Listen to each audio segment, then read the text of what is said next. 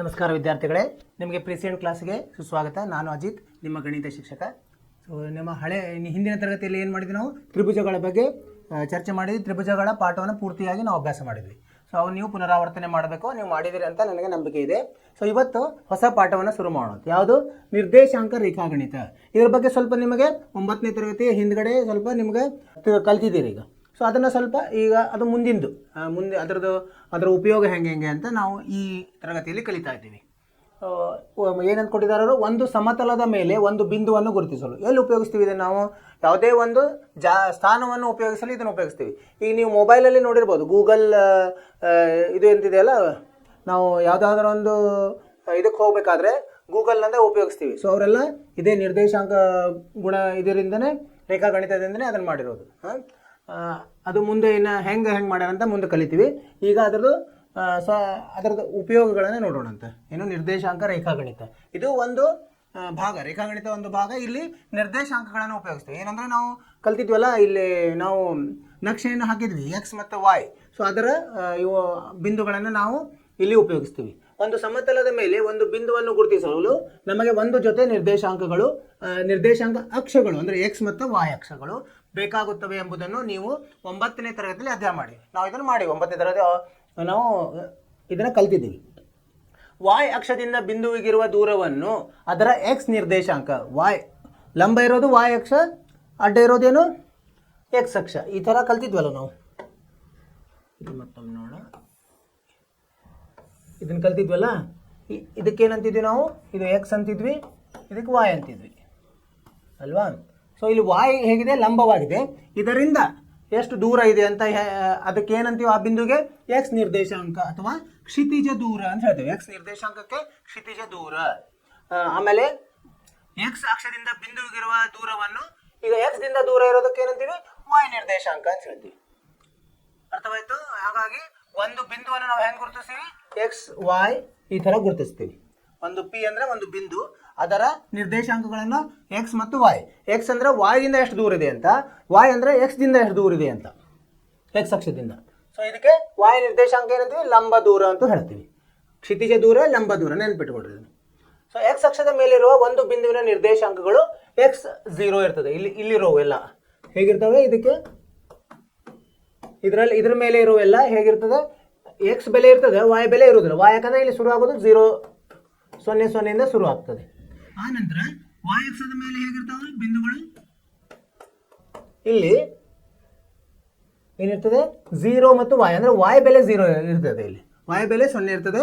Y ಅಕ್ಷದ ಮೇಲೆ X ಬೆಲೆ 0 ಇರ್ತದೆ, ವಾಯ್ ಬೆಲೆ ಮಾತ್ರ ಇರ್ತದೆ. ಈ ಥರ ಇದನ್ನು ಗುರುತಿಸ್ತೀವಿ. ಎಕ್ಸ್ ಅಕ್ಷದ ಮೇಲಿರೋ ಒಂದು ಬಿಂದುವಿನ ನಿರ್ದೇಶಾಂಕಗಳು ಎಕ್ಸ್ 0 ರೂಪದಲ್ಲಿರುತ್ತದೆ, ಹಾಗೂ ವಾಯ್ ಅಕ್ಷದ ಮೇಲಿರುವ ಬಿಂದುವಿನ ನಿರ್ದೇಶಾಂಕಗಳು 0 ಮತ್ತು ವಾಯ್ ರೂಪದಲ್ಲಿ ಇರುತ್ತದೆ. ಇಲ್ಲೊಂದು ಆಟ ಇದೆ. ಗ್ರಾಫ್ ಹಾಳೆಯಲ್ಲಿ ಒಂದು ಜೊತೆ ಪರಸ್ಪರ ಲಂಬ ಇರುವ ಅಕ್ಷಗಳನ್ನು ಎಳೆಯಿರಿ. ಇದನ್ನು ನೀವು ಮನೆಯಲ್ಲಿ ಮಾಡಿದ್ರೆ. ಈಗ ಈ ಮುಂದಿನ ಬಿಂದುಗಳನ್ನು ಗುರುತಿಸಿ. ಇದನ್ನು ಗುರುತಿಸೋದು ನಾವು 9ನೇ ತರಗತಿಯಲ್ಲಿ ಕಲ್ತಿದ್ದೀವಿ. 4 8 4 8 ಎಲ್ಲಿ ಬರ್ತದೆ? ಇಲ್ಲಿ ಬರ್ತದೆ. 1ನೇ ಇದರಲ್ಲಿ 1ನೇ ಕಾಲು ಭಾಗದಲ್ಲಿ ಬರ್ತದೆ. ಈ 4 ಭಾಗಗಳು 1ನೇ ಭಾಗದಲ್ಲಿ ಬರ್ತದೆ. 3 9 ಇಲ್ಲೇ ಬರ್ತದೆ. 3 9 ಇಲ್ಲಿ ಬರ್ತದೆ. ಆಮೇಲೆ 3 8 ಇಲ್ಲೇ ಬರ್ತದೆ. ಈ ಥರ ಬರ್ತಾ ಹೋಗ್ತದೆ.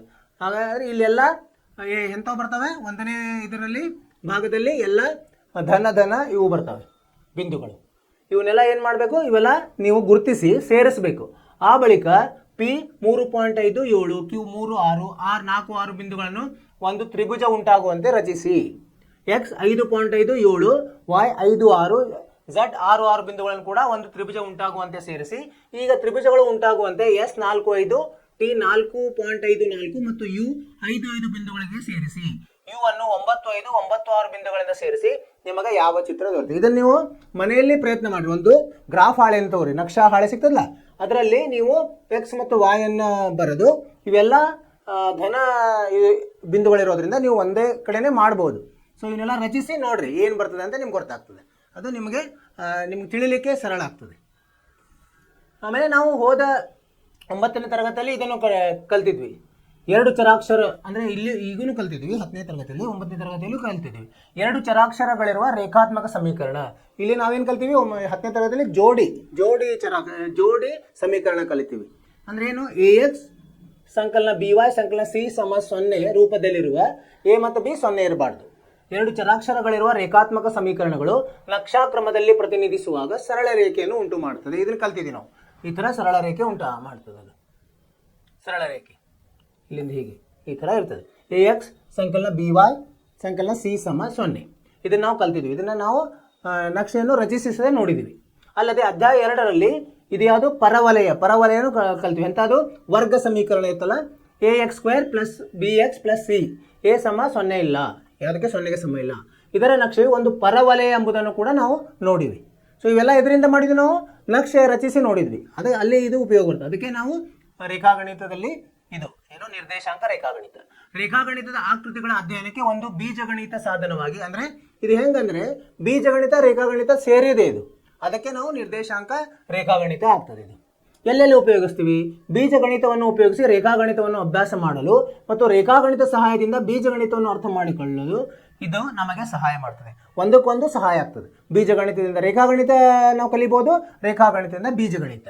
ಇದರಿಂದ ಎಲ್ಲಿ ಉಪಯೋಗ ಆಗ್ತದೆ? ಇದು ಭೌತಶಾಸ್ತ್ರ, ಇಂಜಿನಿಯರಿಂಗ್, ಸಮುದ್ರಯಾನ, ಭೂಕಂಪ ಶಾಸ್ತ್ರ, ಕಲೆಗಳಂತ ಅನೇಕ ಕ್ಷೇತ್ರಗಳಲ್ಲಿ ಇದೆಲ್ಲ ಉಪಯೋಗ ಆಗ್ತದೆ. ಮುಂದೆ ಇದು ಎಷ್ಟು ಉಪಯೋಗ ಆಗಿ ನಮಗೆಲ್ಲ ಇದರಿಂದ ಉಪಯೋಗ ಆಗಿದೆ. ಈ ಅಧ್ಯಾಯದಲ್ಲಿ ನಾವೇನು ಕಲಿತೀವಿ? ಈ ಅಧ್ಯಾಯದಲ್ಲಿ 2 ಬಿಂದುಗಳ ನಿರ್ದೇಶಾಂಕಗಳು ಗೊತ್ತಿದ್ವು ಅಂದರೆ, 2 ಬಿಂದುಗಳ ನಿರ್ದೇಶಾಂಕಗಳು ತಿಳಿದಿದ್ದಾಗ ಆ ಬಿಂದುಗಳ ನಡುವಿನ ದೂರವನ್ನು ಹೇಗೆ ಕಂಡುಹಿಡಿಯಬಹುದೆಂದು ನೀವು ಅಧ್ಯಯನ ಮಾಡುವಿರಿ. ಇಲ್ಲಿ ಏನು ಮಾಡ್ತೀವಿ? ಈ 2 ಬಿಂದುಗಳಿವೆ, ಅವುಗಳ ನಿರ್ದೇಶಾಂಕ ಗೊತ್ತಿದೆ, ಅವುಗಳ ನಡುವಿನ ಅಂತರವ ಹೆಂಗೆ ಕಂಡುಹಿಡಿಯೋದು? ಆ ಸೂತ್ರದ ಮುಖಾಂತರ ಅದನ್ನು ಇಲ್ಲಿ ನಾವು ಕಲಿತೀವಿ. ಆಮೇಲೆ ಎರಡನೇದು ಏನು ಕಲಿತೀವಿ? 2 ದತ್ತ ಬಿಂದುಗಳನ್ನು ಸೇರಿಸುವ ರೇಖಾಖಂಡವನ್ನು ಒಂದು ದತ್ತ ಅನುಪಾತದಲ್ಲಿ, ಒಂದು ಯಾವುದೇ 2 ಬಿಂದುಗಳನ್ನು ಒಂದು ಬಿಂದು ಏನಿದೆಯಲ್ಲ ರೇಖಾಖಂಡವನ್ನು ಒಂದು ಬಿಂದು ಛೇದಿಸ್ತಿದ್ರೆ ಅದು ಯಾವ ಅನುಪಾತದಲ್ಲಿ ಛೇದಿಸ್ತದೆ ಅದನ್ನು ಸಹ, ಅದರ ಸೂತ್ರವನ್ನು ಸಹ ನಾವಿಲ್ಲಿ ಕಲಿಯೋರಿದ್ದೀವಿ. ಇವತ್ತೇನು ಕಲಿಯೋಣ ಅಂದರೆ ದೂರ ಸೂತ್ರ, ಅಂದರೆ 2 ಬಿಂದುಗಳ ನಡುವಿನ ದೂರ ಸೂತ್ರವನ್ನು ಹೇಗೆ ಕಂಡುಹಿಡಿಯೋದು ನೋಡಿ. ಏನಂದರೆ ಇಲ್ಲೊಂದು ಸಂದರ್ಭ ಇದೆ. ಏನು? ಬಿ ಎಂಬ ನಗರವು ಇಲ್ಲಿದೆ ನೋಡಿ. ಬಿ ಎಂಬ ನಗರವು ಎ ನಗರದಿಂದ 36 ಕಿಲೋಮೀಟರ್, ಎ ಎಲ್ಲಿದೆ? ಇಲ್ಲಿದೆ. ಬಿ ಇಲ್ಲಿದೆ. ಅದೆಷ್ಟಿದೆ? 36 ಕಿಲೋಮೀಟರ್ ಪೂರ್ವದಲ್ಲಿ, ಅಂದರೆ ಹಿಂಗೆ ಲಂಬವಾಗಿ 36 ಹೋಗಬೇಕು. ಆಮೇಲೆ ಉತ್ತರದಲ್ಲಿ ಮತ್ತೆ ಮೇಲ್ಗಡೆ 15 ಕಿಲೋಮೀಟರ್ ಉತ್ತರಕ್ಕಿದೆ. ವಾಸ್ತವವಾಗಿ ಅಳತೆ ಮಾಡದೆ ಎ ನಗರದಿಂದ ಬಿ ನಗರಕ್ಕಿರುವ ದೂರವನ್ನು ಹೇಗೆ ಕಂಡುಹಿಡಿಯಿರಿ? ಈಗ ಇದನ್ನು ನಾವು ಅಳತೆ ಮಾಡಲಾರ್ದು, ಇವು ಗೊತ್ತಿದೆ ಇದು ಗೊತ್ತಿದೆ, ಇದನ್ನು ಹೆಂಗೆ ಕಂಡುಹಿಡಿತೀವಿ? ನಾವು ನಕ್ಷೆಯ ಮೂಲಕ ಪ್ರತಿನಿಧಿಸಬಹುದು. ಈ ದೂರವನ್ನು ಲೆಕ್ಕ ಹಾಕಲು ನೀವು ಪೈಥಾಗೋರಸ್ ಅನ್ನು ನಾವು ಕಲ್ತಿದ್ವಿ. ಪೈಥಾಗೋರಸ್ ನಿಯಮ ಏನು? ವಿಕರ್ಣದ ವರ್ಗವು ಯಾವುದೋ ಲಂಬಕೋನದಲ್ಲಿ ಮಾತ್ರ ಇದು ಅನ್ವಯವಾಗ್ತದೆ. ವಿಕರ್ಣದ ವರ್ಗವು ಉಳಿದೆರಡು ಬಾಹುಗಳ ವರ್ಗಗಳ ಏನು ಮೊತ್ತಕ್ಕೆ ಸಮ ಇರ್ತದೆ. ಅದನ್ನು ಕಲ್ತಿದ್ವಿ. ಅದರಿಂದ ಇದನ್ನು ಕಂಡುಹಿಡಿಬಹುದು. ಈಗ 2 ಬಿಂದುಗಳು ಎಕ್ಸ್ ಅಕ್ಷದ ಮೇಲಿದೆ. ಇಲ್ಲಿ ನೋಡಿ 2 ಬಿಂದುಗಳಿದೆ ಎಂದುಕೊಳ್ಳೋಣ. ಅವುಗಳ ನಡುವಿನ ದೂರವನ್ನು ನಾವು ಕಂಡುಹಿಡಿಯಬಲ್ಲೆವು. ಯಾಕಂದರೆ y 0 ಇರ್ತದೆ, ಅಂದರೆ x 0 ಇರ್ತದೆ. yದ್ದು ಅಳತೆ ನೋಡಿ ನಾವು ಕಂಡುಹಿಡಿಬಹುದು. ಹೆಂಗೆ ನೋಡೋಣ. ಇಲ್ಲಿ ನೋಡಿ, ಎ ಎಷ್ಟಿದೆ? ಎ ಎಕ್ಸ್ ಅಕ್ಷದ ಮೇಲಿದೆ 4 0, ಮತ್ತು ಬಿ ಎಷ್ಟಿದೆ? 6 0 ಇದೆ. ಎ ಮತ್ತು ಬಿ ಬಿಂದುಗಳು ಎಕ್ಸ್ ಅಕ್ಷದ ಮೇಲಿದೆ, ಹೌದಿಲ್ಲ? ಯಾಕಂದರೆ y 0 ಇದೆ, 2 ಎಕ್ಸ್ ಅಕ್ಷದ ಮೇಲೆ ಇದೆ. ಚಿತ್ರದಲ್ಲಿ ಓ ಎ ಎಷ್ಟಿಗೆ ಆಗುತ್ತೆ? 4 ಮಾನ ಆಗ್ತದೆ ಅಲ್ವಾ? y ಇಲ್ಲ ಅಂತ ಅದು 4, ಇಲ್ಲಿಂದ 1 2 3 4 ಆಗ್ತದೆ. ಓ ಬಿ ಎಷ್ಟಾಗ್ತದೆ? ಓದಿಂದ ಬಿ 6 ಆಗ್ತದೆ ಅಲ್ವಾ? ಈಗ ಎ ಬಿ ಹೆಂಗೆ ಕಂಡುಹಿಡಿತೀವಿ? ಓ ಬಿ ಋಣ ಓ ಎ ಮಾಡಬೇಕು. ಅಂದರೆ 6 ಋಣ 4 ನಮ್ಗೆ ಎಷ್ಟು ಬರ್ತದೆ? 2 ಮಾನಗಳು. ಈಗ ಏನಾಯ್ತು? ಹೀಗೆ 2 ಬಿಂದುಗಳು ಎಕ್ಸ್ ಅಕ್ಷದ ಮೇಲೆ ಇದ್ದರೆ ಸರಳವಾಗಿ ಕಂಡುಹಿಡಿಬಹುದು. ಅವುಗಳ ನಡುವಿನ ದೂರ ನಾವು ಸುಲಭವಾಗಿ ಕಂಡುಹಿಡಿಬಹುದು. ಇದೇ ಥರ y ಅಕ್ಷದ ಮೇಲೆ 2 ಬಿಂದುಗಳಿವೆ. ಯಾವ್ಯಾವು? ಸಿ ಮತ್ತು ಡಿ. ಸಿ ಇದ್ದು ನಿರ್ದೇಶಾಂಕ ಏನು? 0 ಮತ್ತು 3. ಡಿ ಇದ್ದು ನಿರ್ದೇಶಾಂಕ 0 ಮತ್ತು 8 ಇದೆ. ಹಾಗಾದರೆ ಇದರ ನಡುವಿನ ಅಂತರ ಹೆಂಗೆ ಕಂಡುಹಿಡಿತೀವಿ? ಸಿ ಇದ್ದು ಇಲ್ಲಿಂದ ಎಷ್ಟು ದೂರ ಇದೆ? ಇದು 0ಯಿಂದ 3 ಮಾನ. ಮತ್ತು ಓ ಮತ್ತು ಡಿ ಎಷ್ಟಿದೆ? 8 ಮಾನ. ಹಾಗಾಗಿ ಸಿ ಡಿ ಹೆಂಗೆ ಕಂಡುಹಿಡಿತೀವಿ ನಾವು? ಓ ಡಿ ಋಣ ಓ ಸಿ ಮಾಡಬೇಕು. 8 ಋಣ 3 5 ಬರ್ತದೆ. ಇದು ಸರಳವಾಗಿ ಮಾಡಬಹುದು. ಅದೇ ಥರ ಈಗ 2 ಇದು ಇದ್ವು ಅಂದರೆ ಈಗ 0 ಇಲ್ಲ, 2ಕ್ಕೂ ನಿರ್ದೇಶಾಂಕ ಇದ್ದರೆ ಹೆಂಗೆ ಕಂಡುಹಿಡಿಯೋದು? ಅದು ನಮಗೆ ತುಂಬ ಮುಖ್ಯ. ಮುಂದೆ ಎ ಇಂದ ಸಿಗೆ ಇರುವ ದೂರವನ್ನು ಕಂಡುಹಿಡಿಯಲು ಈಗ ನಿಮಗೆ ಸಾಧ್ಯವೇ? ಈಗ ನೋಡಿ, ಈಗ ಇಲ್ಲಿಂದ ಇಲ್ಲಿ ಕಂಡುಹಿಡಿದ್ವಿ, ಇಲ್ಲಿಂದ ಇಲ್ಲಿ ಕಂಡು ಎನಿಂದ ಸಿಗೆ ಹೆಂಗೆ ಕಂಡುಹಿಡಿಯೋದು? ಅಷ್ಟು ಸರಳವಾಗಿಲ್ಲ. ಇದಕ್ಕೇನಾದರೂ ಒಂದು ವಿಧಾನ ಬೇಕಾಗ್ತದೆ. ಮುಂದೆ ಎ ಇಂದ ಸಿಗಿರುವ ದೂರವನ್ನು ಕಂಡುಹಿಡಿಯಲು ನಿಮಗೆ ಸಾಧ್ಯವೇ? ಓ ಎ ಎಷ್ಟಿದೆ? 4 ಮಾನ ಇದೆ. ಓ ಸಿ 3 ಮಾನ ಇದೆ. ಇಲ್ಲಿ ನೋಡಿ, ಓ ಎ ಎಷ್ಟಿದೆ? 4 ಇದೆ. ಓ ಸಿ 3 ಇದೆ. ಸೊ ಇದನ್ನು ಪೈಥಾಗೋರಸ್ಸನ್ನ ನಿಯಮವನ್ನು ಹಾಕಿದರೆ ಕಂಡುಹಿಡಿಯೋದು. ಅದೆಷ್ಟಿರ್ತದೆ? 5 ಮಾನ ಬರ್ತದೆ ನೋಡಿ. 5 ಮಾನ. 3 ವರ್ಗ ಸಂಕಲನ 4 ವರ್ಗ ಅದರ ವರ್ಗಮೂಲ. 5 ಬರ್ತದೆ. ಸೊ ಇದು ಇದೇ ಥರ ನೀವು ಬಿ ಡಿ ಕಂಡುಹಿಡಿಬೋದು. ಬಿ ಡಿ ಎಷ್ಟು ಬರ್ತದೆ? 10 ಮಾನ ಬರ್ತದೆ. ಈಗ ನಿರ್ದೇಶಾಂಕ ಅಕ್ಷಗಳ ಮೇಲೆ ಅವು ಅಲ್ಲಿಲ್ಲ, ಇಲ್ಲ ಒಳಗಡೆ ಇದ್ದಾವೆ, ಅವನ್ನ ಹೆಂಗೆ ಕಂಡುಹಿಡಿಯೋದು? ಅದಕ್ಕೆ ಪೈಥಾಗೋರಸ್ಸನ್ನ ನಾವು ಪ್ರಮೇಯವನ್ನು ಉಪಯೋಗಿಸಿಕೊಂಡ್ರೆ ಹೆಂಗಾಗ್ತದೆ ನೋಡೋಣ. ಇಲ್ಲಿ ಹೇಗಿದೆ ನೋಡಿ, P 4 6 ಇದೆ ಅಂದರೆ ವಾಯದಿಂದ 4 ದೂರ, ಎಕ್ಸ್ ದಿಂದ 6 ದೂರ ಇದೆ, 4 6 ನಿರ್ದೇಶಾಂಕ. ಆಮೇಲೆ ಕ್ಯೂ ಎಷ್ಟಿದೆ? 6 8 ಇದೆ. ಸೊ ಈಗ P ಮತ್ತು ಕ್ಯೂ ನಡುವಿನ ಅಂತರವನ್ನು ಹೆಂಗೆ ಕಂಡುಹಿಡಿಯೋದು ನೋಡೋಣ ಅಂತ. ಈಗ ಅವಾಗ ಆರ್ ಎಸ್ ನಡುವಿನ ಅಂತರ ಎಷ್ಟಾಗ್ತದೆ? 2 ಮಾನ ಆಗ್ತದೆ. ಯಾಕಂದ್ರೆ ಇಲ್ಲಿ 6 ಇದು 8 2 ಆಗ್ತದೆ. ಆಮೇಲೆ ಕ್ಯೂ ಟಿ ಇದು ಎಷ್ಟಾಗ್ತದೆ? ಅದು 2 ಆಗ್ತದೆ. ಕ್ಯೂ ಟಿ ಇದು 2 ಮಾನ ಆಗ್ತದೆ. ಸೊ ಈಗ ಪೈಥಾಗೋರಸ್ ನಿಯಮವನ್ನು ಹಾಕಿದರೆ ಏನಾಗ್ತದೆ? ಪಿ ಕ್ಯೂ ವರ್ಗ ಸಮ ಪಿ ಟಿ ವರ್ಗ ಸಂಕಲನ ಕ್ಯೂ ಟಿ ವರ್ಗ ಆಗ್ತದೆ, ಹೌದಿಲ್ಲ? ಸೊ ಅದನ್ನು ಬಿಡಿಸಿದಾಗ 2 ವರ್ಗಮೂಲ 2 ಆಗ್ತದೆ. ಇಲ್ಲಿದು ಪಿ ಕ್ಯೂದು. ಹೀಗೆ ನಾವು ಬೇರೆ ಬೇರೆ ಚತುರ್ಥಕಗಳಲ್ಲಿ, ಚತುರ್ಥಕ ಅಂದರೆ 1 2 3 4 ಚತುರ್ಥಕಗಳು 4 ಇರ್ತಾವೆ. ಇದರಲ್ಲಿ 2 ಬಿಂದುಗಳ ನಡುವಿನ ದೂರ ನಾವು ಹೇಗೆ ಕಂಡುಹಿಡಿಯಬಹುದು? ಇಲ್ಲಿ ನೋಡಿ, ಒಂದರಲ್ಲಿ ಈ ಋಣ ಎಲ್ಲಿರ್ತದೆ? 3ನೇ ಚತುರ್ಥಕದಲ್ಲಿ ಇರ್ತದೆ. ಅದನ್ನು ಹೆಂಗೆ ಕಂಡುಹಿಡಿಯೋದು? ಇಲ್ಲೊಂದು ಉದಾಹರಣೆ ಇದೆ ನೋಡಿ. ಇಲ್ಲೇ ಒಂದು ಕ್ಯೂ ಇಲ್ಲಿದೆ, ಪಿ ಇಲ್ಲಿದೆ. ಇದರ ನಡುವಿನ ಅಂತರವನ್ನು ಹೆಂಗೆ ಕಂಡುಹಿಡಿಯೋದು? ಇಲ್ಲಿ ಪೈಥಾಗೋರಸನ್ನು ಹಾಕಿದಾಗ ಇದರ ನಮಗೆ ಇಲ್ಲಿಂದ ಇಲ್ಲಿಗೆ ಎಷ್ಟಂತ ಕಂಡುಹಿಡಿಬೇಕು. ಇಲ್ಲಿಂದ ಇಲ್ಲಿಗೆ ಎಷ್ಟಿದೆ ಅಂತ ನಾವು ನೋಡಿದಾಗ ಪಿ ಟಿ ಎಷ್ಟಾಗುತ್ತೆ? 11 ಆಗ್ತದೆ. ಯಾಕಂದರೆ ಇಲ್ಲಿ ಧನ 4 ಇದೆ, ಈ ಕಡೆ ಎಷ್ಟಿದೆ? ಋಣ 5 ಇದೆ. ಪಿ ಟಿ 7, ಕ್ಯೂ ಟಿ ಎಷ್ಟಾಗ್ತದೆ? 7 ಮೇಲೆ 4, ಇಲ್ಲಿ ನೋಡಿ, ಇಲ್ಲಿಂದ ಇಲ್ಲಿಗೆ ಎಷ್ಟಿದೆ? 6 ಮತ್ತು ಇಲ್ಲಿ ಕಡೆದ 5, 6 5 11 ಆಗ್ತದೆ. ಕ್ಯೂ ಟಿ 4 ಮತ್ತು 3 ಸೇರಿದ 7 ಆಗ್ತದೆ. ಇಲ್ಲಿ ಪೈಥಾಗೋರಸನ್ನ ನಿಯಮವನ್ನು ಅನ್ವಯಿಸಿದಾಗ ವರ್ಗಮೂಲ 170 ಆಗ್ತದೆ. ಈ ಥರ ನಾವು ಪೈಥಾಗೋರಸ್ ನಿಯಮದಿಂದ ಈಗ ನಿರ್ದೇಶಾಂಕಗಳಿದ್ದು ಅದು ನಿರ್ದೇಶಾಂಕ ಸೂತ್ರವನ್ನು ನಾವು ಕಂಡುಹಿಡಿತೀವಿ. ಈಗ ಇಲ್ಲಿ ನೋಡಿ, ಒಂದು ಪಿ, ಅದರ ನಿರ್ದೇಶಾಂಕ ಏನು? x1 y1, ಕ್ಯೂದು x2 y2. ಇದನ್ನು ಹೆಂಗೆ ಕಂಡುಹಿಡಿತೀವಿ ನೋಡ್ರಿ. ಇಲ್ಲಿ ಸೂತ್ರವನ್ನು ಹಾಕಿದಾಗ ನಮಗೆ ಸೂತ್ರ ಬರ್ತದೆ. ಏನು ದೂರ ಸೂತ್ರ. ಇದು ದೂರ ಸೂತ್ರ. ಹೆಂಗಂದ್ರೆ ಈಗ ಈ ತರ ಒಂದು ಗೆರೆ ಇತ್ತಂದ್ರೆ ಇಲ್ಲಿತ್ತು, ಇಲ್ಲಿ ಪಿ ಅಂತ ಗೊತ್ತಿದೆ ನಮಗೇನು? x1 y1 ಇತ್ತು, ಇಲ್ಲಿ ಕ್ಯೂ x2 y2 ಇತ್ತು. ಅವಾಗ ಇದಕ್ಕೆ ಸೂತ್ರ ಏನು ಬರ್ತದೆ ಅಂದರೆ ಪಿ ಕ್ಯೂ ನಡುವಿನ ಅಂತರ ಪಿ ಕ್ಯೂ ಸಮ ವರ್ಗಮೂಲ x2 ಋಣ x1 ವರ್ಗ ಸಂಕಲನ y2 ಋಣ y1 ವರ್ಗ. ಇದು ಇದರ ಸೂತ್ರ. ಈ ಸೂತ್ರದ ಸಹಾಯದಿಂದ ನಾವು ಯಾವುದಾದರೂ ಏನು 2 ಬಿಂದುಗಳ ನಡುವಿನ ಅಂತರವನ್ನು ಕಂಡುಹಿಡಿಬೋದು, ನಮಗೆ 2 ನಿರ್ದೇಶಾಂಕ ಗೊತ್ತಿದ್ರೆ. ಈಗ ನೀವು x2 ಋಣ x1 ಅಥವಾ x1 ಋಣ x2 ಮಾಡಿದ್ರು ಅದೇ ಬರ್ತದೆ. ಯಾಕಂದರೆ ವರ್ಗ ಮಾಡ್ತಾ ಇದ್ದೀವಿ, ಅದು ಋಣ ಇದ್ರೂ ವರ್ಗ ಮಾಡಿದರೆ ಧನನೇ ಆಗ್ತದೆ. ನೀವು x1 ಋಣ x2 ತೊಗೋಬೋದು, x2 ಋಣ x1 ತೊಗೊಂಡ್ರೆ ಏನು ತಪ್ಪಿಲ್ಲ. ಈಗ ಇದು ಏನು? ಯಾವುದೇ 2 ಬಿಂದುಗಳ ನಡುವಿನ ಅಂತರದ ಸೂತ್ರ. ಈಗ ಮೂಲ ಬಿಂದುವಿನಿಂದ ಯಾವುದೇ ಒಂದು ಬಿಂದುವಿಗೆ ಸೂತ್ರ ಹೆಂಗೆ ಕಂಡುಹಿಡಿಯೋದಂದರೆ ಇದು ಒಂದನೇ ಇದ್ದಿದ್ದು, ಇನ್ನೊಂದು ಮೂಲ ಬಿಂದುವಿನಿಂದ ಅಂದರೆ ಪಿ ಒ ಇತ್ತಂತಿಕೊಳ್ಳಿ, ಇಲ್ಲೆಲ್ಲ ಓ ಅಂತಿದೆ. ಸೊ ಆವಾಗ ಅದು 0 ಇರ್ತದೆ. ಅದನ್ನ ಹೆಂಗೆ ಕಂಡುಹಿಡಿತೀವಿ ಅಂದರೆ x2 ಸಂಕಲನ y2 ಅದರ ವರ್ಗಮೂಲ. x2 ಸಂಕಲನ y2 ಅದರ ವರ್ಗಮೂಲ ಅಂದರೆ ಎಲ್ಲಿ ಯಾವುದಿದು? ಮೂಲ ಬಿಂದುವಿನಿಂದ ದೂರ. ಮೂಲ ಬಿಂದುವಿನಿಂದ ಇದ್ರೆ ಈ ಥರ ಕಂಡುಹಿಡಿತೀವಿ ಈ ಸೂತ್ರ. ಇಲ್ಲಿ ನೋಡಿ ಏನಂದರೆ ಅದು ಇದರದ್ದು x ಇರ್ತದೆ, x ಅಂತ ತಗೊಳ್ಳೋದು, ಮೂಲದ್ದು 0, ಹೀಗಾಗಿ x2 ಸಂಕಲನ y2 ಆಗ್ತದೆ. ಈಗ ಕೆಲವೊಂದು ಉದಾಹರಣೆ ಇದೆ, ಉದಾಹರಣೆಯನ್ನು ನೋಡೋಣ ಅಂತ. ಈ ಸೂತ್ರವನ್ನು ಹೆಂಗೆ ಉಪಯೋಗಿಸ್ತೀವಿ ಅಂತ ಉದಾಹರಣೆಯಿಂದ ನಮಗೆ ಸರಳವಾಗಿ ಗೊತ್ತಾಗ್ತದೆ. ಉದಾಹರಣೆ 1, 3 2 ಇದು ಬಿಂದುಗಳು. 3 2 ಋಣ 2 ಋಣ 3 ಮತ್ತು 2 3 ಬಿಂದುಗಳಿರುವ ತ್ರಿಭುಜ ಉಂಟಾಗುತ್ತದೆಯೇ?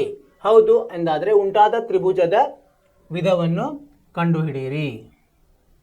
ಹೆಂಗಂದ್ರೆ 3 ನಡುವಿನ ಅಂತರವನ್ನು ಕಂಡುಹಿಡಿಬೇಕು ನಾವು. ಕಂಡುಹಿಡಿದ್ರು ಆಮೇಲೆ ಏನು ಮಾಡಬೇಕು? ಅದು 2 ಏನು ಭುಜಗಳ ಮೊತ್ತವು 3ನೇ ಭುಜಕ್ಕಿಂತ ಜಾಸ್ತಿ ಇರಬೇಕು. ಇದನ್ನು ಈ ನಿಯಮವನ್ನು ಉಪಯೋಗಿಸ್ಬೇಕು. ಅದಕ್ಕೆ ಆವಾಗ ಇದು ತ್ರಿಭುಜಗಳು ಉಂಟಾಗ್ತದೆ ಅಂತ ಹೇಳಬೇಕು. ಸೊ ಆವಾಗ ನೋಡಿದಾಗ ಹೆಂಗೆ ನೋಡ್ರಿ ಇಲ್ಲಿ ಪರಿಹಾರ. ಈಗ ಪಿ ಅಂತ ತಗೊಂಡು ಒಂದನೇ ಬಿಂದುವನ್ನ ಪಿ ಅಂತ ತಗೊಂಡ ಪಿ 3 2, ಎರಡನೇ ಬಿಂದುವನ್ನ ಕ್ಯೂ -2 -3 ಅಂತ ತಗೊಂಡಂತೆ, ಮೂರನೇ ಬಿಂದು ಆರ್ ಅಂತ ತಗೊಂಡಂತೆ ಒಂದು ಹೆಸರು ಕೊಡ್ಬೇಕಾದ್ರೆ ಅಂದ್ರೆ ನಮಗೆ ಸರಳ ಆಗ್ತದೆ. ಪಿ ಕ್ಯೂ ಆರ್ ಆಯ್ತು. ಯಾಕಂದ್ರೆ ತ್ರಿಭುಜ ಹೇಗಿರ್ತದೆ 3 ಬಿಂದುಗಳಿಂದ ಮಾಡಲ್ಪಟ್ಟಿರ್ತದೆ. ಈ ತರ ಇದು ಪಿ ಅಂತ ಹೇಳೋಣಂತೆ.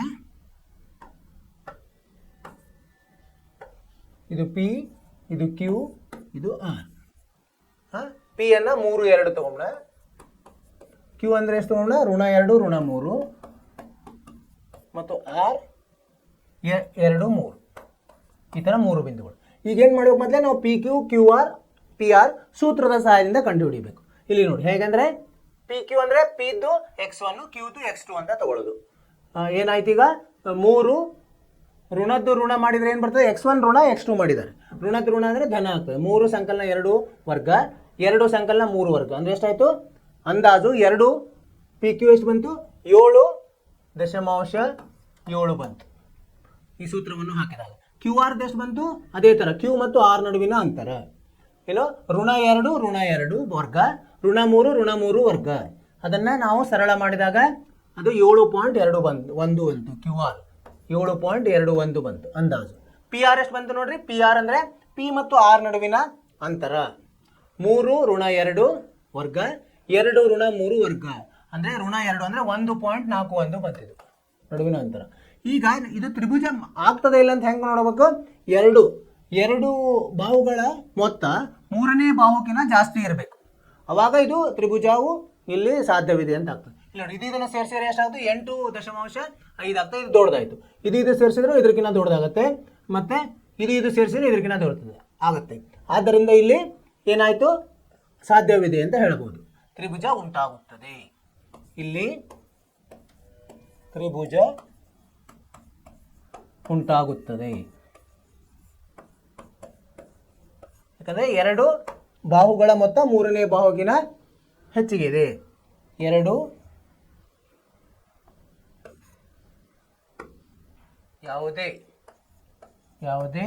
2 ಬಾಹುಗಳ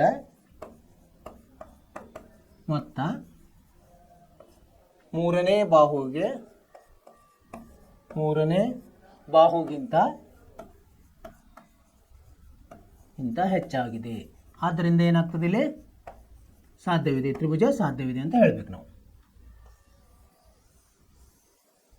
ಈ ತರ ಇದನ್ನ ಕಂಡುಹಿಡಿಯೋದು ಮತ್ತೆ ನಾವು ಸೂತ್ರವನ್ನು ಉಪಯೋಗಿಸ್ತಾ ಹೋದಂಗೆ ಗೊತ್ತಾಗ್ತದೆ. ಅದನ್ನು ಮಾಡೋಣಂತೆ, ನಮ್ದು ಅಭ್ಯಾಸದಲ್ಲಿ ಮಾಡೋಣಂತೆ. ಇದನ್ನ ನೀವು ಮನೆಯಲ್ಲಿ ಏನು ಮಾಡಬೇಕು, ಅಭ್ಯಾಸ ಮಾಡ್ಬೇಕು ಇದನ್ನು, ಈ ಲೆಕ್ಕವನ್ನು. ಎರಡನೇ ಉದಾಹರಣೆ ನೋಡಂತೆ. ಇಲ್ಲಿ 1 7 4 2 -1 -1 -4 4. ಉದಾಹರಣೆ 2. ಇದೇನಿದೆ, ಬಿಂದುಗಳು ಚೌಕದ ಶೃಂಗಗಳ ಎಂದು ತೋರಿಸಿ. ಚೌಕ ಅಂದ್ರೆ ಏನು, ಎಲ್ಲಾ ಬಾಹುಗಳು ಸಮ ಇರಬೇಕು. ಚೌಕ ಹೆಂಗಿರ್ತದೆ, ಇಲ್ಲಿ ತೆಗೋಣ. ಚೌಕದ ನಮಗೇನು ಗೊತ್ತಿರಬೇಕು, ಅದರ ಗುಣಧರ್ಮ. ಈಗ ಇದಕ್ಕೆ ಹೆಸರು ಕೊಡೋಣ, ಎ ಬಿ ಸಿ ಡಿ. ಮತ್ತೆ ಕರ್ಣಗಳು ಹೆಂಗಿರಬೇಕು, ಅವು ಸಹ ಸಮವಾಗಿರಬೇಕು. ಅಂದ್ರೆ ಇಲ್ಲೇನು ನಮಗೆ ಇದು ಆಗ್ಬೇಕಂದ್ರೆ ಇಲ್ಲಿ ಕೊಟ್ಟಿದ್ದಾರೆ, ಅಲ್ಲಿ ಎ ಅಂದ್ರೆ ಏನು, 1 7 ಕೊಟ್ಟಿದ್ದಾರೆ, 1 7. ಬಿ ಎಷ್ಟು ಕೊಟ್ಟಿದ್ದಾರೆ, 4 2. ಸಿ ಎಷ್ಟು ಕೊಟ್ಟಿದ್ದಾರೆ, -1 -1. ಡಿ ಎಷ್ಟಿದೆ, -4 -4. ಈಗ ಏನು ಮಾಡ್ಬೇಕಪ್ಪ ನಾವು ಅಂದ್ರೆ, ಮೊದಲು ಇವೆಲ್ಲ ಬಾಹುಗಳ ಅಂತರವನ್ನು ಕಂಡುಹಿಡಿಬೇಕು. ಏನೇನು ಕಂಡುಹಿಡಬೇಕು, ಎ ಬಿ ಕಂಡುಹಿಡಿಬೇಕು, ಬಿ ಸಿ ಕಂಡುಹಿಡಿಬೇಕು, ಸಿ ಡಿ ಕಂಡುಹಿಡಿಬೇಕು, ಡಿ ಎ ಕಂಡುಹಿಡಿಬೇಕು. ಇವು ಬಾಹುಗಳು. ನಂತರ ಏನು ಕಂಡುಹಿಡಿಬೇಕು, ಕರ್ಣಗಳನ್ನು ಕಂಡುಹಿಡಿಬೇಕು. ಎ ಸಿ ಮತ್ತು ಬಿ ಡಿಗಳನ್ನು ಕಂಡುಹಿಡಿಬೇಕು. ಯಾವ್ದು ಹೆಂಗೆ ಕಂಡುಹಿಡಿಯೋದು ನಾವು, ಸೂತ್ರದ ಸಹಾಯದಿಂದ. ಇಲ್ಲಿ ನೋಡಿ, ಸೂತ್ರದ ಸಹಾಯದಿಂದ ಕಂಡುಹಿಡಿದೀವಿ. ಅವಾಗ ಏನು ಬಂತು, ಎ ಬಿ ಎಷ್ಟು ಬಂತು, -34, ಬಿ ಸಿನು -34, ಸಿ ಡಿನು -34, ಡಿ ಎನು -34 ಬಂತು. ಕರ್ಣಗಳು ಹೆಂಗೆ ಬಂದು ನೋಡಿ, ಇದು -68, -68. ಸೊ ಏನಾಯ್ತು, ಈಗ ಕರ್ಣಗಳು ಒಂದಕ್ಕೊಂದು ಸಮ ಇದೆ, ಎಲ್ಲ ಭುಜಗಳು ಒಂದಕ್ಕೊಂದು ಸಮ ಇದಾವೆ. ಅದನ್ನು ಬರಿಬೇಕು. ಇಲ್ಲಿ ಎಲ್ಲ ಬಾಹುಗಳು ಸಮವಾಗಿವೆ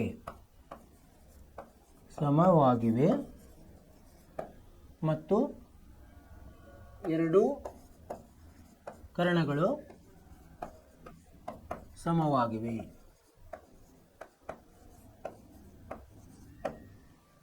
ಈ ಕಾರಣದಿಂದ ಇದರಿಂದ ಕೊಟ್ಟಿರುವ ಏನದು ಏನು ಕೊಟ್ಟಿದ್ದಾರೆ ಅಲ್ಲಿ, ಕೊಟ್ಟಿರುವ ಬಿಂದುಗಳು ಚೌಕದ ಶೃಂಗಗಳು ಅಂತ ಬರೀಬೇಕು. ಚೌಕದ ಶೃಂಗಗಳು. ಅರ್ಥ ಆಯ್ತು ವಿದ್ಯಾರ್ಥಿಗಳೇ? ಅದನ್ನ ಹೆಂಗೆ ಕಂಡುಹಿಡಿಯೋದು ಇಲ್ಲಿ ಇದರಲ್ಲಿದೆ.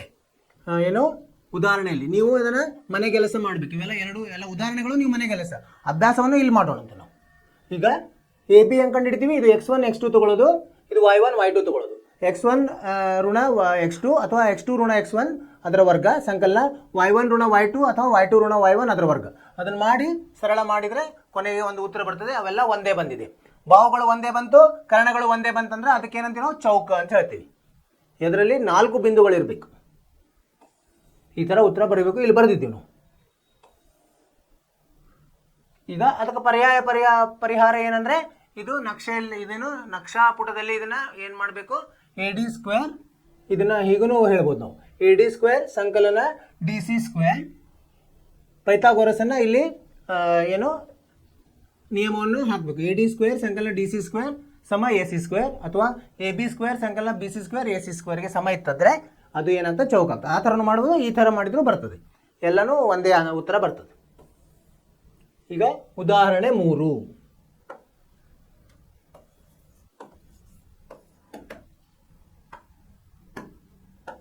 ಏನಂದ್ರೆ, ಒಂದು ತರಗತಿಯಲ್ಲಿರುವ ಡೆಸ್ಕ್ಗಳ ವ್ಯವಸ್ಥೆಯನ್ನು ಚಿತ್ರ 7.6 ಇಲ್ಲಿ ಕೊಟ್ಟಿದ್ದಾರೆ ನೋಡಿ. 7.6ದಲ್ಲಿ ತೋರಿಸುತ್ತದೆ.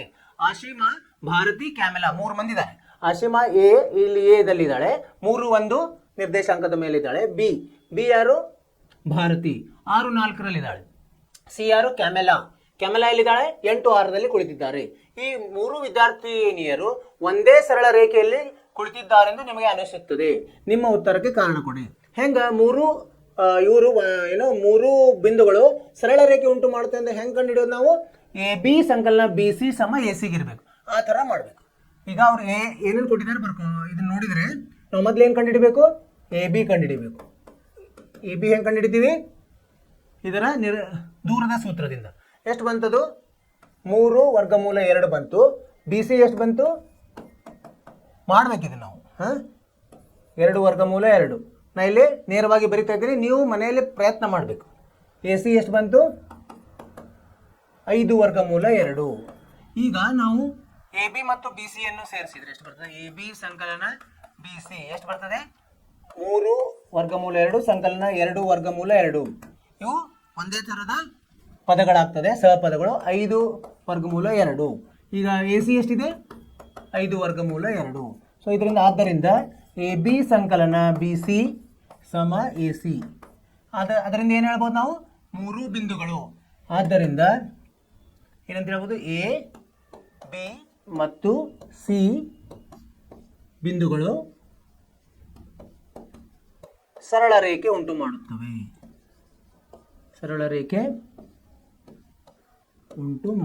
ಅಂತ ಹೇಳ್ಬೋದು ನಾವು. ಅರ್ಥವಾಯ್ತು ವಿದ್ಯಾರ್ಥಿಗಳೇ? ಇದು ಉದಾಹರಣೆ ಇರೋದ್ರಿಂದ ನೀವು ಮನೆ ಕೆಲಸ ಮಾಡಿ ನೀವು ಇಲ್ಲಿ ಪರೀಕ್ಷಿಸಿರಿ, ನೀವು ಮಾಡಿದ ಸರಿ ಹೋಗಿದೆ ಇಲ್ಲ ಅಂತೇಳಿ. ಅದಕ್ಕೆ ನಾವು ನಿಮ್ಗೆ ಇದನ್ನ ಮನೆ ಕೆಲಸ ಅಂತ ಕೊಡ್ತಾ ಇದ್ದೀನಿ. ನಾ ಇಲ್ಲಿ ಮಾಡ್ತಾ ಇಲ್ಲ, ಅದನ್ನ ಬರೀ ನಿಮಗೆ ವಿವರಿಸ್ತಾ ಇದ್ದೀನಿ. ನೀವು ಮಾಡಬೇಕು. 3 ಆಯ್ತು.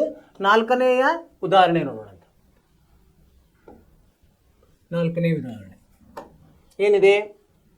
XY ಬಿಂದುವು 7, 1, 3, 5 ಬಿಂದುಗಳಿಂದ ಸಮಾನ ದೂರದಲ್ಲಿದ್ದರೆ X ಮತ್ತು Y ನಡುವಿನ ಸಂಬಂಧವನ್ನು ಕಂಡುಹಿಡಿಯಿರಿ ಅಂತ ಹೇಳಿದ್ದಾರೆ.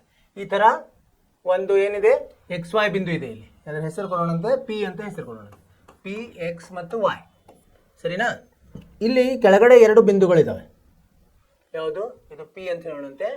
ಇದು P, ಇದು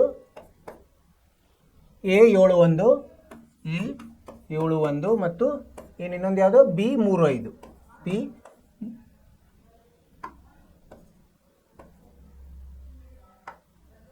B35. ಈಗ ಅವ್ರು ಏನು ಹೇಳಿದ್ದಾರೆ? ಎಕ್ಸ್ ವೈ ಬಿಂದುವು ಸಮಾನ ದೂರದಲ್ಲಿ ಇದ್ದರೆ ಅಂದರೆ ಇದೆ ಅಂತ. ಸಮಾನ ದೂರ ಅಂದರೆ ಇದನ್ನು ಸೇರಿಸಿದಾಗ ಏನಾಯ್ತು, ಈಗ ಅವರು ಹೇಳಿದ ಪ್ರಕಾರ ಎ ಪಿ ಸಮ ಬಿ ಪಿ ಅಂತಿದೆ ಅಂತ ಹೇಳಿದ್ದಾರೆ. ಇದರ ಹೀಗಿದ್ರೆ ನೀವು ಎಕ್ಸ್ ವೈ ನಡುವಿನ ಏನು ಕಂಡುಹಿಡಬೇಕು, ಸಂಬಂಧ. ಅದನ್ನು ಹೆಂಗೆ ಕಂಡುಹಿಡಿಯೋದು, ಮತ್ತೆ ದೂರ ಸೂತ್ರನ ಉಪಯೋಗಿಸಬೇಕು. ಇದನ್ನು ವರ್ಗ ಮಾಡಿದ್ರೆ ಏನಾಗ್ತದೆ, ಎ ಪಿ ವರ್ಗ ಸಮ ಬಿ ಪಿ ವರ್ಗ ಆಗ್ತದೆ. ಎ ಪಿ ವರ್ಗ ಹೆಂಗು ನೇರವಾಗಿ ಕಂಡುಹಿಡಿಯಬಹುದು. ಏನು, ಇದು ಋಣ ಇದು, ಇದು ಋಣ ಇದು, ಎಕ್ಸ್ ಋಣ 7 ವೈ ಋಣ 1. ಇದು ಹೆಂಗೆ ಕಂಡುಹಿಡಿದು, ಎಕ್ಸ್ ಋಣ 3 ವರ್ಗ ವೈ ಋಣ 5 ವರ್ಗ. ಯಾಕಂದ್ರೆ ವರ್ಗ ಇಲ್ಲಿ ಮತ್ತೆ ವರ್ಗಮೂಲ ಇಲ್ಲ, ಯಾಕಂದ್ರೆ ವರ್ಗ ಎರಡೂ ಕಡೆ ವರ್ಗ ಮಾಡಿಬಿಟ್ಟಿವಿ. ಆದ್ದರಿಂದ ನಮಗೆ ಅದನ್ನು ಬಿಡಿಸಿದ್ರೆ ಏನು ಬರ್ತದೆ, ಇದು ನೋಡಿ, ಇದು ಎಕ್ಸ್ ಋಣ 7 ವರ್ಗ ಸಂಕಲನ ವೈ ಋಣ 1 ವರ್ಗ ಸಂಕಲನ. ಬಿ ಪಿ ಹೇಗೆ ಬರ್ತೀವಿ, ಎಕ್ಸ್ ಋಣ 3 ವರ್ಗ ಸಂಕಲನ ವೈ ಋಣ 5 ವರ್ಗ ಬರ್ತದೆ, ಹೌದಿಲ್ಲ. ಇದನ್ನು ನಾವು ಸರಳಗೊಳಿಸಿದಾಗ ಏನು ಬರ್ತದೆ, ಎಕ್ಸ್ ಋಣ ವೈ ಸಮ 2 ಈ ಸಂಬಂಧ ಬರ್ತದೆ. ದೂರ ಸೂತ್ರವನ್ನು ಉಪಯೋಗಿಸಬೇಕು. ಎರಡೂಗಳ ಅಂತರ ಸಮ ಕೊಟ್ಟಿರೋದನ್ನು ಅದರ ಉಪಯೋಗ ತಗೊಂಡು ನಾವು ಎಕ್ಸ್ ಮತ್ತು ವೈ ನಡುವಿನ ಅಂತರವನ್ನು ಕಂಡುಹಿಡಿಯೋದು. ಅರ್ಥವಾಯ್ತು ಅಂತಿಕೊಂಡಿನ ವಿದ್ಯಾರ್ಥಿಗಳೇ, ಮುಂದಿನ ಇದಕ್ಕೆ ಹೋಗೋಣಂತೆ.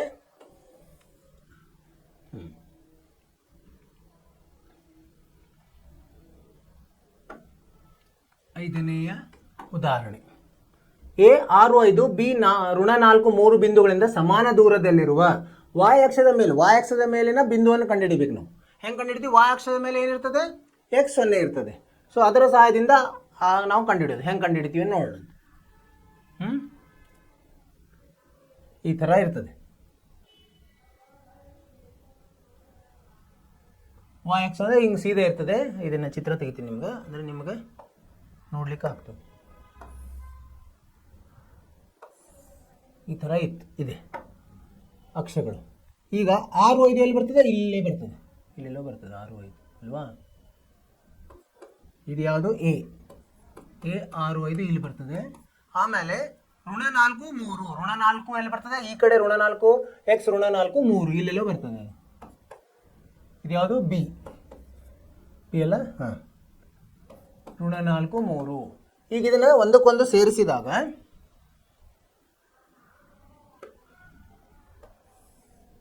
ಇಲ್ಲಿ ಒಂದು ಬಿಂದು ಬಂತು. ಯಾವುದಿದು, ನಾವು ಈ ಬಿಂದು ಯಾವುದು ಅಂತ ಕೇಳ್ತಾ ಇದ್ದಾರೆ ಅವರು.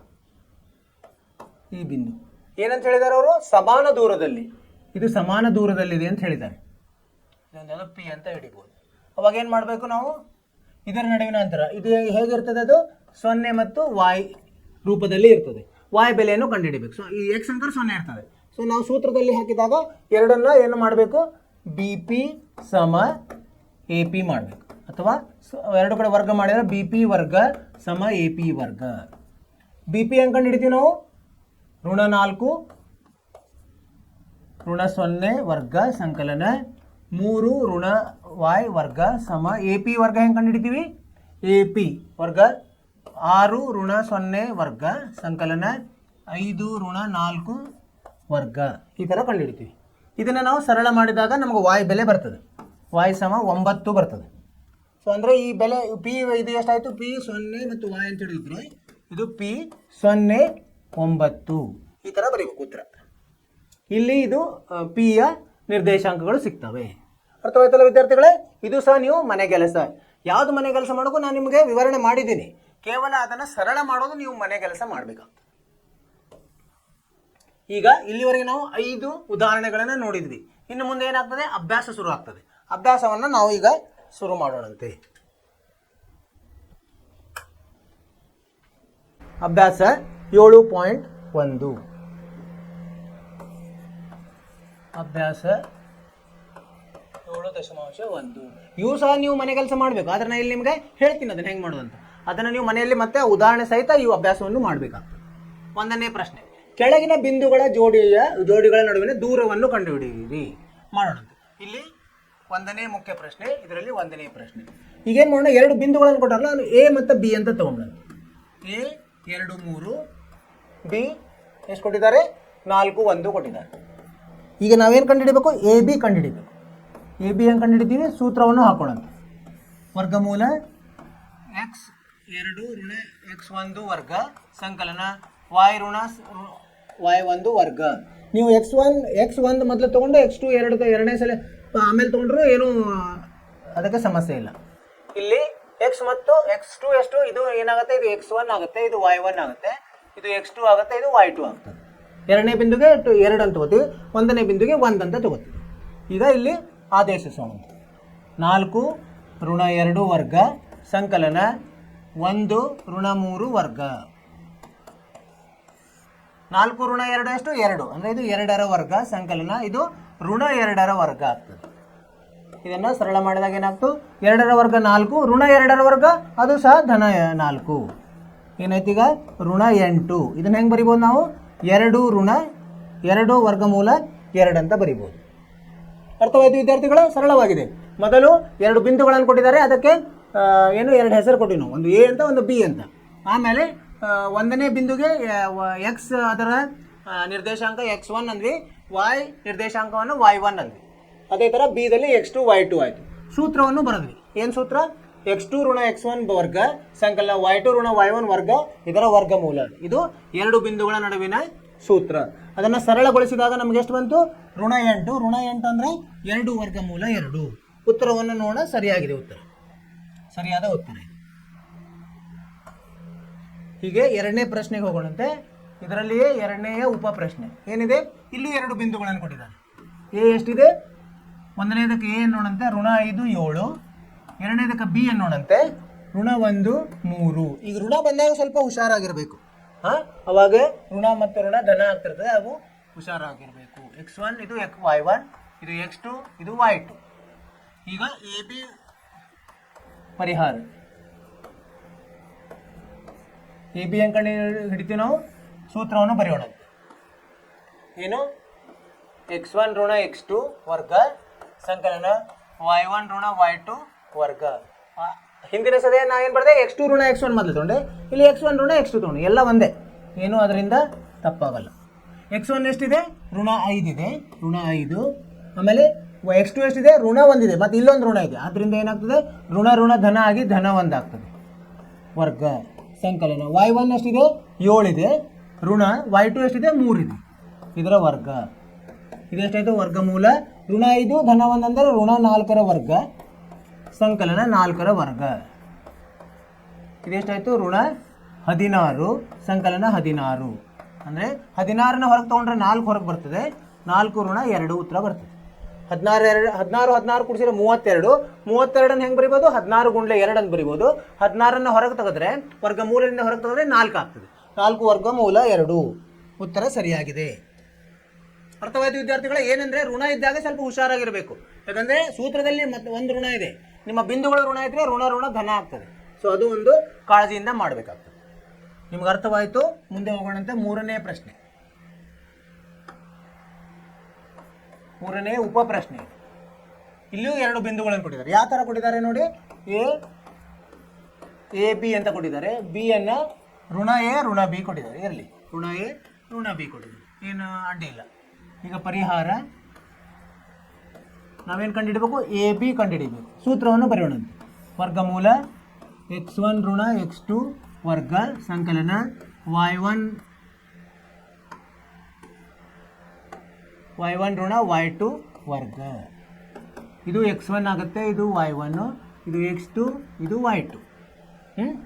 ಈಗ ವರ್ಗಮೂಲ x1 ಎಷ್ಟಿದೆ, ಎ ಇದೆ ಅಲ್ವಾ, ಎ. ಇದು ಋಣ a2, ಇಲ್ಲಿ ಒಂದು ಋಣ ಇದೆ, ಇಲ್ಲಿ ಒಂದು ಋಣ ಇದೆ, ಅಂದರೆ ಧನ ಎ ಆಯಿತು. ಧನ ಎ ವರ್ಗ ಆಯಿತು. ಸಂಕಲನ ಎ y1 ಎಷ್ಟಿದೆ, ಬಿ ಋಣ ಮತ್ತು ಋಣ ಧನ ಬಿ ವರ್ಗ. ಇದೆಷ್ಟಾಯಿತು, ವರ್ಗಮೂಲ ಎ ಮತ್ತು ಎ ಸೇರಿಸಿದಾಗ 2a ವರ್ಗ 4a² ಆಯಿತು. ಇದು 4b² ಆಯಿತು. ಇದರಲ್ಲಿ 4ಅನ್ನು ಸಾಮಾನ್ಯ ತೊಗೊಂಡ್ರೆ ಏನು ಉಳಿತದೆ, a² ಸಂಕಲನ b² ಆಯಿತು. 4ಅನ್ನು ಹೊರಗೆ ತೆಗಿಬೋದು. 2 ವರ್ಗಮೂಲ a² ಸಂಕಲನ b². ಉತ್ತರವನ್ನು ಪರೀಕ್ಷಿಸೋಣಂತೆ. ಸರಿಯಾಗಿದೆ ಉತ್ತರ. ಏನಂದರೆ ಅವರು ಅಂಕೆಗಳನ್ನು ಕೊಟ್ಟಾಗ ನಿಮಗೆ ಸರಳವಾಗಿ ಇದನ್ನು ಮಾಡ್ತಾ ಹೋಗ್ತೀವಿ. ಸರಳ ಇವು ಈ ಥರ ಇಂಗ್ಲೀಷ್ ಇವನು ಕೊಟ್ಟಿರ್ತಾರಲ್ಲ ವರ್ಣಮಾಲೆ, ಅವಾಗ ಸ್ವಲ್ಪ ಹುಷಾರಾಗಿ ಮಾಡಬೇಕು. ಅವು ಯಾವ್ಯಾವು, ಆಮೇಲೆ ಋಣ ಇದು ಬಿಂದುಗಳನ್ನು ಕೊಟ್ಟಾಗ ಋಣ ಧನ ಆಗೋದು, ಮತ್ತು ಧನ ಋಣ ಆಗೋದು, ಅದನ್ನು ಸ್ವಲ್ಪ ಹುಷಾರಾಗಿ ನಾವು ಇದರಲ್ಲಿ ಸೂತ್ರದಲ್ಲಿ ಸೇರಿಸಬೇಕಾಗ್ತದೆ. ಸೊ ಇದು ಸರಿಯಾದ ಉತ್ತರ. ಈಗ ನಾವು 3 ಏನು ಮಾಡಿದ್ವಿ, ಉಪ ಪ್ರಶ್ನೆಗಳನ್ನು ಮಾಡಿದ್ವಿ ಒಂದರಲ್ಲಿ. ನಿಮಗೆ ಅರ್ಥವಾಯ್ತು ಅಂತ ತಿಳ್ಕೊಡ್ರಿ. ಹೀಗೆ ಉದಾಹರಣೆಯಲ್ಲೂ ಇದ್ವು. ಸೊ ಅವನು ಮಾಡಿರಿ ಇವನು ಮಾಡಿರಿ ಮನೆ ಕೆಲಸ. ಈಗ ಎರಡನೆಯ ಮುಖ್ಯ ಪ್ರಶ್ನೆ ಏನಂತಿದೆ, 0 0 ಮತ್ತು 36 15 ಬಿಂದುಗಳ ನಡುವಿನ ದೂರವನ್ನು ಕಂಡುಹಿಡಿಯಿರಿ. ನಿಮಗೀಗ ವಿಭಾಗ 7.2 ಅದು ಹಿಂದೆ ಯಾವಾಗ ಮುಂದೆ ಚರ್ಚಿಸಲಾದ ಎ ಮತ್ತು ಬಿ ನಗರಗಳ ನಡುವಿನ ಅಂತರವನ್ನು ಕಂಡುಹಿಡಿಯಿರಿ. ಅಂದರೆ ಇದೇ ಥರ ಇದೆ, ಅದನ್ನು ಏನು ಉತ್ತರ ಬರ್ತದೆ ಅದನ್ನು ಕಿಲೋಮೀಟರ್ದಲ್ಲಿ ನಾವು ಹೇಳಬೇಕಾಗ್ತದೆ. ಈಗ 2 ಬಿಂದುಗಳು, ಎ ಹೇಗಿದೆ, ಎ 0 0 ಇದೆ, ಬಿ ಹೇಗಿದೆ 36 15 ಇದೆ. ಇದನ್ನು 0 0 ಇರೋದ್ರಿಂದ ಯಾವುದೇ ಒಂದು ಬಿಂದು 0 0 ಇದೆ ಅಂದರೆ ಮೂಲಾಂಕ ಇದ್ದಂಗೆ, ಅದು ಮೂಲ ಬಿಂದು ಇದ್ದಂಗೆ. ಸೊ ಮೂಲ ಬಿಂದುವಿನಿಂದ ನಡುವಿನ ಸೂತ್ರ ಹೆಂಗೆ ಕಂಡುಹಿಡಿತೀವಿ ನಾವು, ಪರಿಹಾರ. ಈಗ ಎ ಬಿ ಹೆಂಗೆ ಕಂಡುಹಿಡಿಯೋದು, ಇದಕ್ಕೆ ಯಾವಾಗ ಇದು 0 ಇರ್ತದಲ್ಲ ಆವಾಗ ನೇರವಾಗಿ ಕಂಡುಹಿಡಿಬೋದು. ಹೇಗೆ, ಎಕ್ಸ್ ವರ್ಗ ಸಂಕಲನ ವಾಯ್ ವರ್ಗ. ಈಗ ಇದು ಎಕ್ಸ್ ಆಗ್ತದೆ, ಇದು ವಾಯ್ ಆಗ್ತದೆ. ಇಲ್ಲಂಕರ್ 0 0 ಇದೆ. ಎಷ್ಟು ಬರ್ತದೆ ಇದು, ಎಕ್ಸ್ ಇದು 36 ವರ್ಗ ಸಂಕಲನ 15ರ ವರ್ಗ. 36 ವರ್ಗ ಎಷ್ಟು ಮಾಡೋಣ ಅಂತೀವಿ, 36 ಗುಂಡ್ಲೆ 36, 6 6 36, 3 6 3 18 3 21 ಗುಂಡ್ಲೆ 3 6 18 8 ಕೆಲ ಬಂತು 1, 3 3 9 1 10. ಎಷ್ಟು ಬಂತು, 6 9 2 1296 ಬಂತು. 1296. 15ರ ವರ್ಗ ನಾ ಏನು ಹೇಳ್ತೀನಿ ನಿಮಗೆ, 20ರವರೆಗೆ ವರ್ಗವನ್ನು ಬಾಯಾಟ್ ಮಾಡಬೇಕು. 15ರ ವರ್ಗ 225. ಇದರಲ್ಲಿ ಸೇರಿಸೋಣ ಅಂತ ಎಷ್ಟು ಬರ್ತದೆ ನೋಡೋಣ. 6 5 11 9 3 12 5 1521 ಬಂತು. 1521. ಇದರ ವರ್ಗಮೂಲ ಕಂಡುಹಿಡಿಬೇಕು. ಹೆಂಗೆ ಕಂಡುಹಿಡಿಬೇಕು ನಾವು ವರ್ಗಮೂಲ, ಇಲ್ಲಿ ಮಾಡೋದು. ಅದರದ ಅಪವರ್ತನಗಳನ್ನು ಕಂಡುಹಿಡಿಯೋಣ. 3 3 5 15 0 3 7 21 ಮತ್ತು 3 3 1 3 2 ಇತ್ತು 3 6 18 3 9 27. ಈಗ ಅದರಲ್ಲಿ ಹೋಗ್ತದೆ ಇದು 169 13ರ ವರ್ಗ 13 169. ಈಗ ಇದು ಎಷ್ಟಾಯಿತು, ಈಗ ವರ್ಗಮೂಲ ಅಂದರೆ 2 ತಗೋಬೇಕಾಗ್ತದೆ. 3 ಗುಂಡ್ಲೆ 13 13 39 ಉತ್ತರ.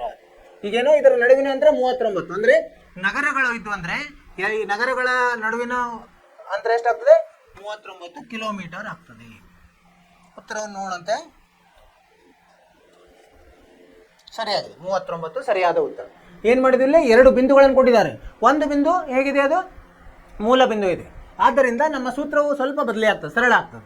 ಏನಂದರೆ ಎ ಬಿ ನಡುವಿನ ಅಂತರ ಬಿದ 2 ಬಿಂದುಗಳ ವರ್ಗದ ವರ್ಗಮೂಲ ಇರ್ತದೆ.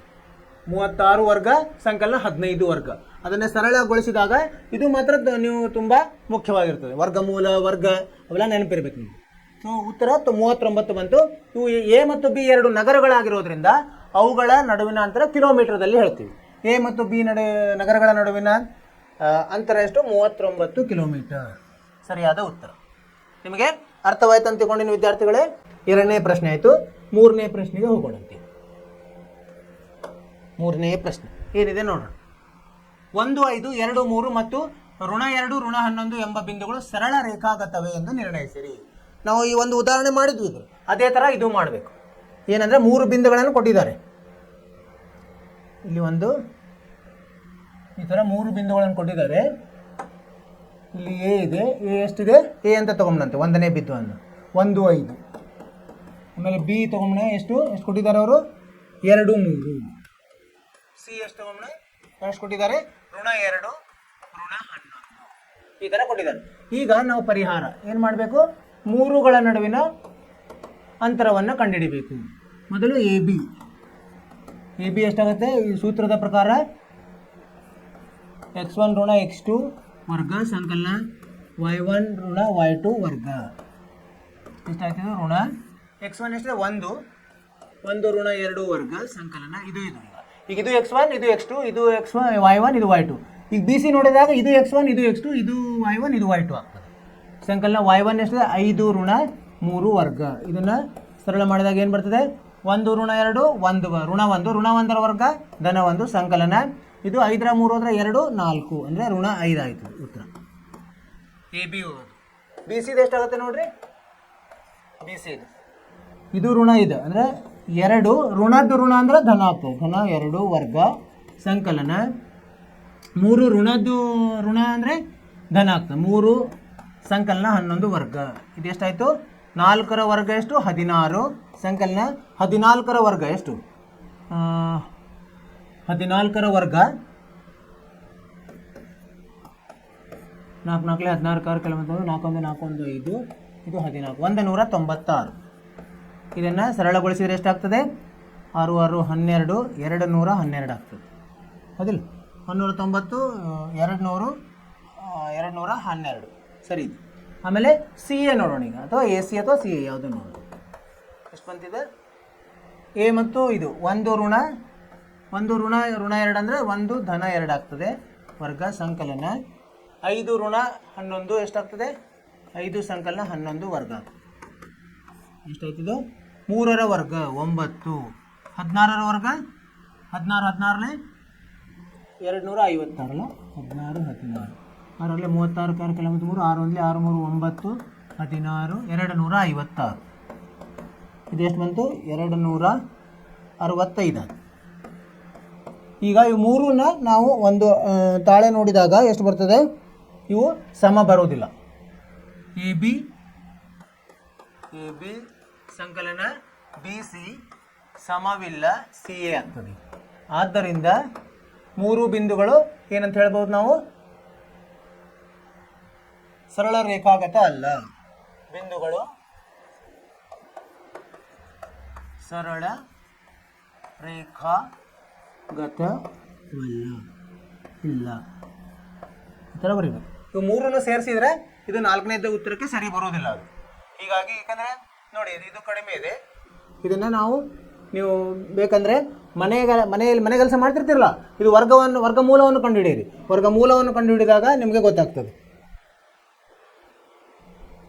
ಇದು ಅಂದರೆ 2 ವರ್ಗಮೂಲ 53 ಆಗ್ತದೆ. ಇದು 212 ಅಂದರೆ 212 2 ವರ್ಗಮೂಲ 53 ಆಗ್ತದೆ.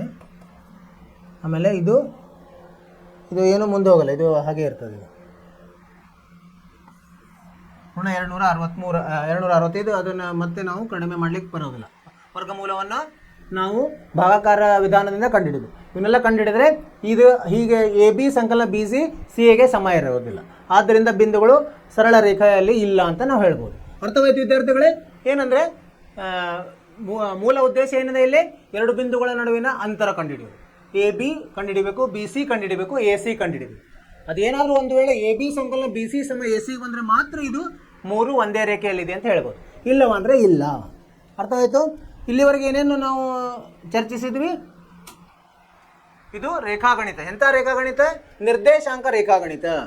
ಸೊ ಇಲ್ಲಿ ನಾವು 2 ಬಿಂದುಗಳ ನಿರ್ದೇಶಾಂಕಗಳು ಗೊತ್ತಿದ್ದಾಗ ಅದರ ನಡುವಿನ ಅಂತರವನ್ನು ಹೆಂಗೆ ಕಂಡುಹಿಡಿಯೋದು ಅಂತ ದೂರ ಸೂತ್ರವನ್ನು ಕಲಿತ್ವಿ. ಏನು ದೂರ ಸೂತ್ರ? 2 ಬಿಂದುಗಳ ನಡುವಿನ ಅಂತರ ಕಂಡುಹಿಡಿಯಲಿಕ್ಕೆ ವರ್ಗಮೂಲ x1 ಋಣ x2 ವರ್ಗ ಸಂಕಲನ y1 ಋಣ y2 ವರ್ಗ.